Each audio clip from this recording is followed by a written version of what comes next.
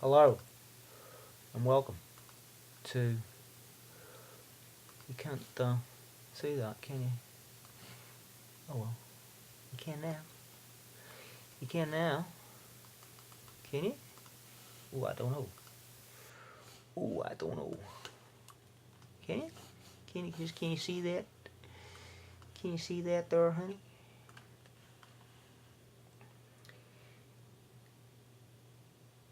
Bloody hell. Anyway,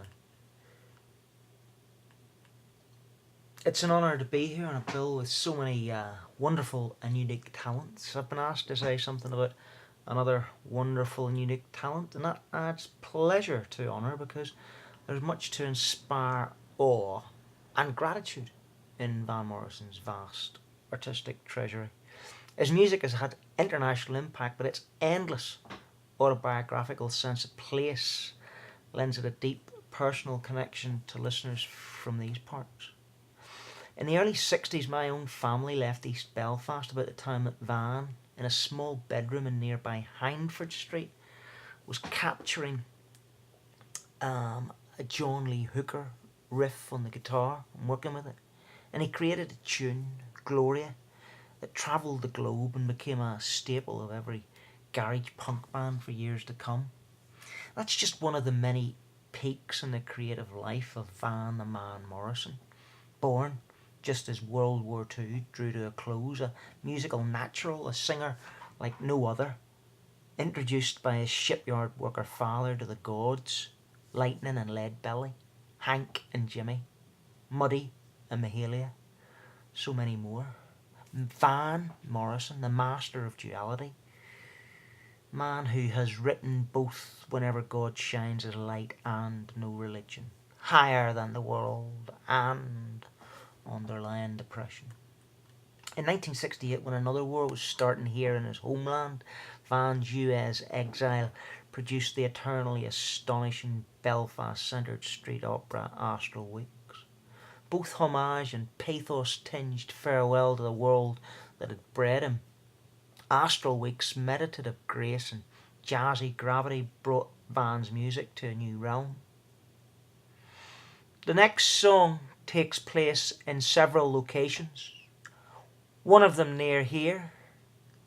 The protagonist, this is Morrison addressing the well-heeled £100 ticket audience at the last complete performance of the revived and reworked Astral Weeks at the Albert Hall, Kensington Gate, London. Date to come to follow. An appreciative hubbub from the crowd threatens to drown out what he has to say, so his voice rises. The protagonist, he continues, is given something to smoke that contains opium. That explains what happened later. Thus, Madame George, pulled back from its gentrified, opulent setting and murmuring chatter, back to its transcendent, opiated vernacular home. Memory is long in Van's music, as long as the road that lies ahead. It stretches back through ancestral wandering and finds affinity in the spirit world. So exile did not weaken, may even have strengthened connection to his homeland. It's there in the visionary title track of St Dominic's Preview, in the presence of Falls Road singing family in the peaks on Hard Knows the Highway, and it's all over the pan-Celtic journeying and lone gunmen of Vegan Fleece. Returning to the UK and Ulster as the 70s turned into the 80s, ushered in what became for me the most intensely fascinating period of Van's career. I've read the books, the one that attempts to align him with a bullish loyalist demagogue, the one that contends that for the eternity of the 80s, the entirety of the eternity of it seemed like an eternity at the time, folks.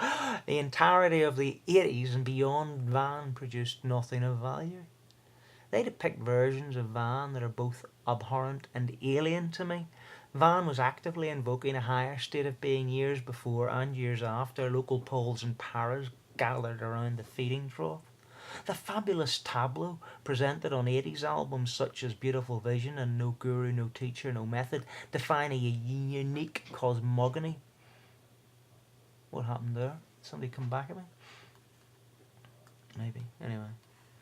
It just jumped, so sorry. But how does that come across? I have no idea. That's 5 minutes.